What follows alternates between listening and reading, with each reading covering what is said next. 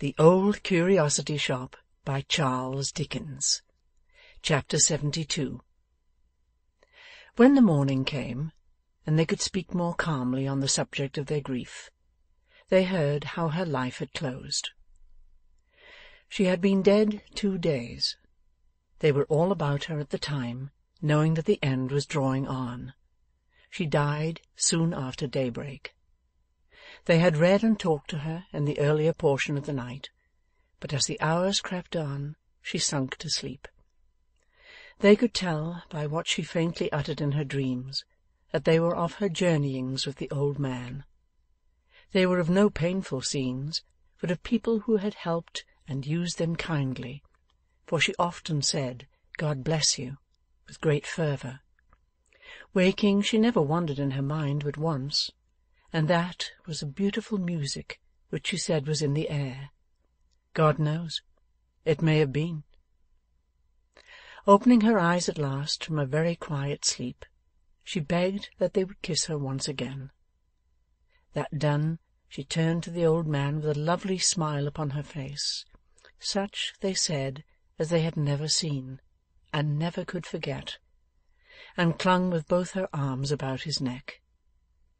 They did not know that she was dead at first. She had spoken very often of the 2 sisters, who, she said, were like dear friends to her.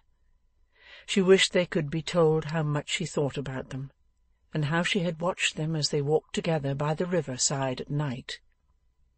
She would like to see poor Kit, she had often said of late.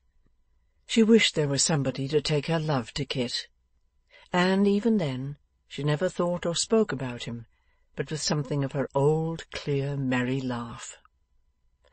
For the rest, she had never murmured or complained, but with a quiet mind and manner quite unaltered, save that she every day became more earnest and more grateful to them, faded like the light upon a summer's evening.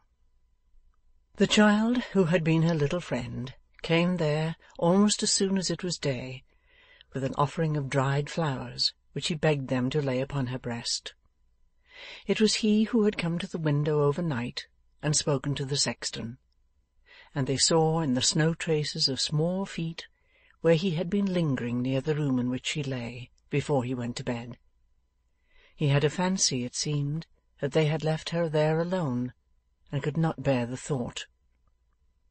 He told them of his dream again, and that it was of her being restored to them, just as she used to be. He begged hard to see her, saying that he would be very quiet, and that they need not fear his being alarmed, for he had sat alone by his young brother all day long when he was dead, and had felt glad to be so near him. They let him have his wish, and indeed he kept his word, and was, in his childish way, a lesson to them all. After that time the old man had not spoken once, except to her, or stirred from the bedside.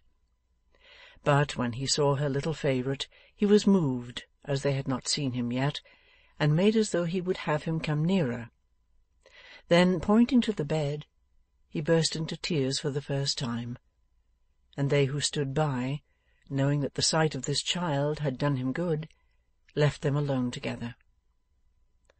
Soothing him with his artless talk of her, the child persuaded him to take some rest, to walk abroad, to do almost as he desired him.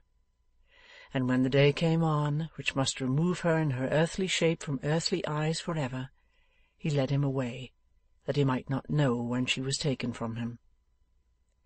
They were to gather fresh leaves and berries for her bed. It was Sunday, a bright, clear, wintry afternoon, and as they traversed the village street, those who were walking in their path drew back to make way for them, and gave them a softened greeting. Some shook the old man kindly by the hand, some stood uncovered while he tottered by, and many cried, "God help him," as he passed along. "Neighbour," said the old man, stopping at the cottage where his young guide's mother dwelt, "how is it that the folks are nearly all in black to-day? I have seen a mourning ribbon or a piece of crape on almost every one." She could not tell, the woman said. "Why, you yourself, you wear the colour too," he said. "Windows are closed that never used to be by day. What does this mean?" Again the woman said she could not tell. "We must go back," said the old man hurriedly. "We must see what this is." "No, no," cried the child, detaining him. "Remember what you promised. Our way is to the old green lane, where she and I so often were, and where you found us more than once, making those garlands for a garden. Do not turn back." "Where is she now?" said the old man. "Tell me that." "Do you not know?" returned the child. "Did we not leave her but just now?" True, true. It was her we left, was it? He pressed his hand upon his brow, looked vacantly round, and as if impelled by a sudden thought, crossed the road and entered the sexton's house. He and his deaf assistant were sitting before the fire. Both rose up on seeing who it was. The child made a hasty sign to them with his hand. It was the action of an instant, but that and the old man's look were quite enough. Do you bury any one to-day?" he said eagerly. "No, no. Who should we bury, sir?" returned the sexton. "Aye, who indeed? I say with you, who indeed?" "It is a holiday with us, good sir," returned the sexton mildly. "We have no work to do to-day." "Why, then, I'll go where you will," said the old man, turning to the child. "You're sure of what you tell me? You would not deceive me? I am changed, even in the little time since you last saw me." "Go thy ways with him, sir," cried the sexton, "and heaven be with ye both." "I am quite ready," said the old man meekly. "Come, boy, come," and so submitted to be led away. And now the bell she had so often heard, by night and day, and listened to with solemn pleasure, almost as a living voice, rung its remorseless toll for her, so young, so beautiful, so good. Decrepit age, and vigorous life, and blooming youth, and helpless infancy, poured forth, on crutches, in the pride of strength and health, in the full blush of promise, in the mere dawn of life, to gather round her tomb. Old men were there, whose eyes were dim and senses failing, grandmothers who might have died 10 years ago, and still been old, the deaf, the blind, the lame, the palsied, the living dead in many shapes and forms, to see the closing of that early grave. What was the death it would shut in, to that which still could crawl and creep above it? Along the crowded path they bore her now, pure as the newly fallen snow that covered it, whose day on earth had been as fleeting. Under the porch, where she had sat when heaven in its mercy brought her to that peaceful spot, she passed again, and the old church received her in its quiet shade. They carried her to one old nook, where she had many and many a time sat musing, and laid their burden softly on the pavement. The light streamed on it through the coloured window, a window where the boughs of trees were ever rustling in the summer, and where the birds sang sweetly all day long. With every breath of air that stirred among those branches in the sunshine, some trembling, changing light would fall upon her grave. Earth to earth, ashes to ashes, dust to dust. Many a young hand dropped in its little wreath, many a stifled sob was heard. Some, and they were not a few, knelt down. All were sincere and truthful in their sorrow. The service done, the mourners stood apart, and the villagers closed round to look into the grave before the pavement stone should be replaced. One called to mind how he had seen her sitting on that very spot, and how her book had fallen on her lap, and she was gazing with a pensive face upon the sky. Another told how he had wondered much that one so delicate as she should be so bold, how she had never feared to enter the church alone at night, but had loved to linger there when all was quiet, and even to climb the tower stair, with no more light than that of the moon rays stealing through the loopholes in the thick old wall.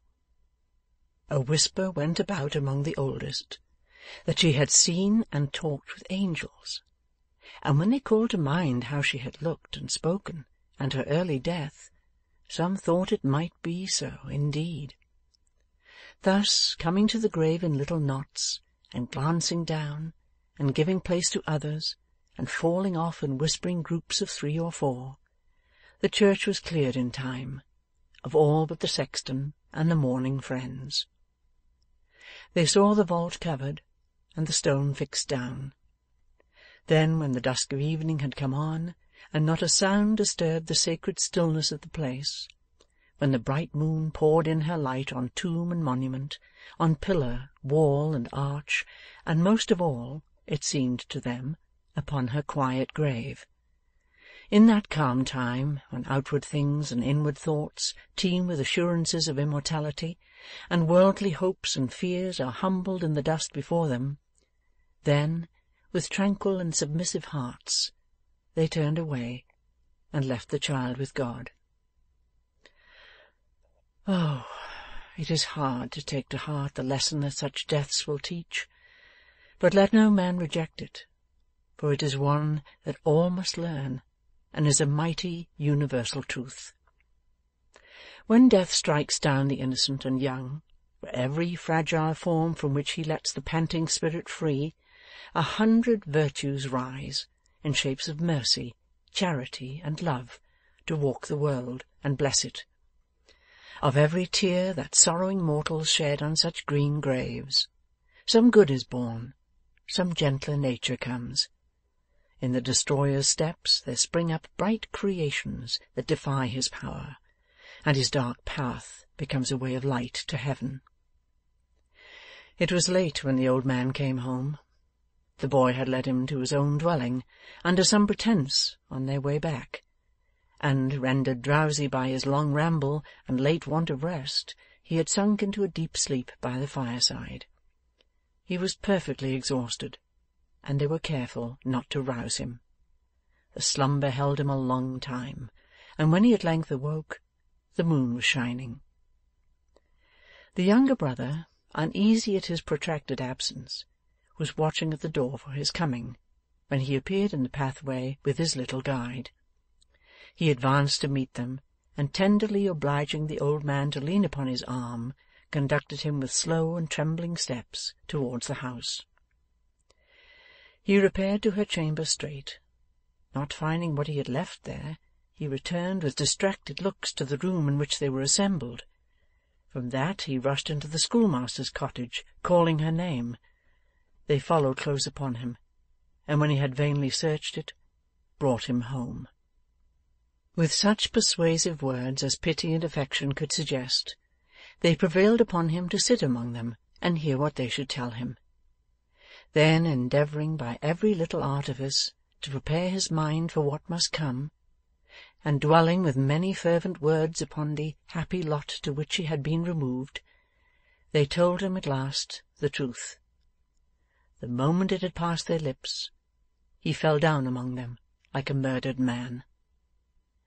For many hours they had little hope of his surviving, but grief is strong, and he recovered.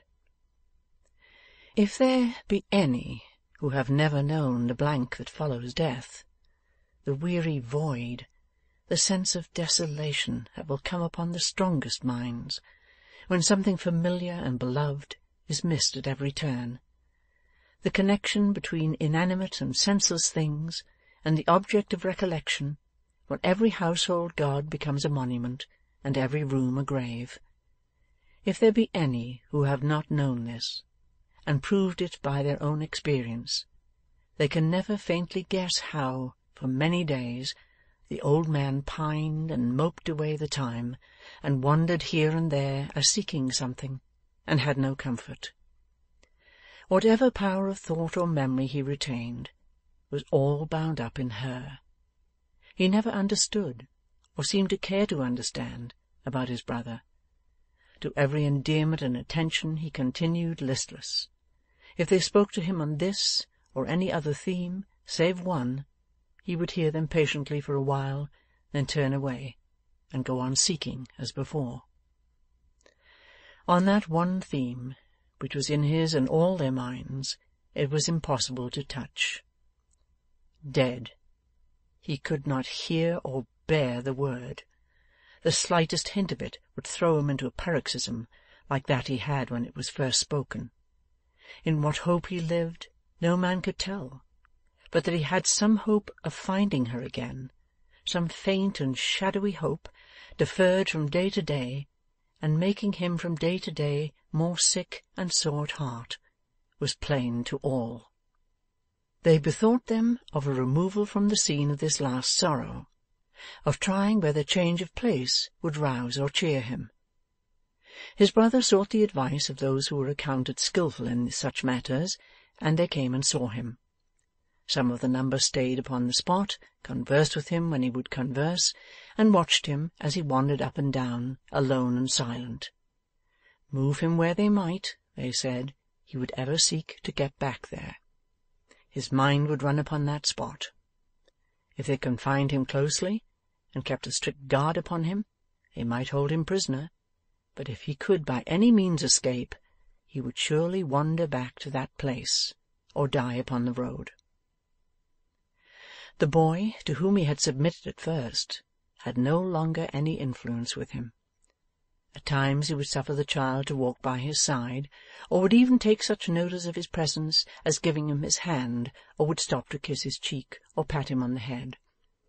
At other times he would entreat him, not unkindly, to be gone, and would not brook him near. But, whether alone, or with this pliant friend, or with those who would have given him, at any cost or sacrifice, some consolation or some peace of mind, if happily the means could have been devised, he was at all times the same, with no love or care for anything in life, a broken-hearted man.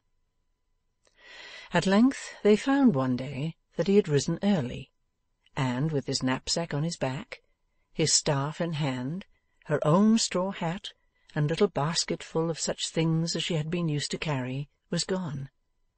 As they were making ready to pursue him far and wide, a frightened schoolboy came who had seen him, but a moment before, sitting in the church, upon her grave, he said.